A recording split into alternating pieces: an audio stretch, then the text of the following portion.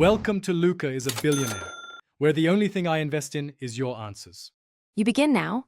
Don PPE, ventilate the area, and remove loose material so the chemical bonds. Mix the waterproof compound too, 1 by volume, stir 2 to 3 minutes, then rest 2 to 5 minutes to let bubbles rise. Once ready, apply a thin bonding coat into seams with a brush. Press it into pores so capillary action draws it in.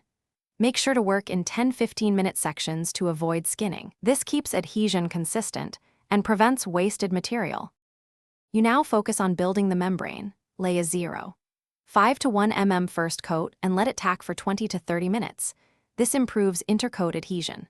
Once tacky, add subsequent coats, typically 2 to 4 total, embedding reinforcement at corners and penetrations to prevent stress tears. Make sure to monitor temperature and humidity because curing chemistry depends on it. Aim for 10 to 30 degrees Celsius and under 70% humidity. If a coat pools, spread it thin. Excess slows curing. You finish by letting the system cure. Expect 24 to 72 hours depending on total thickness. It should be tack-free after 12 to 24 hours. Once cured, run a 2 to 4 hour water ponding test and inspect edges for bubbles or pinholes. If you find failures, lightly sand the area, clean, and reapply a thin feather coat.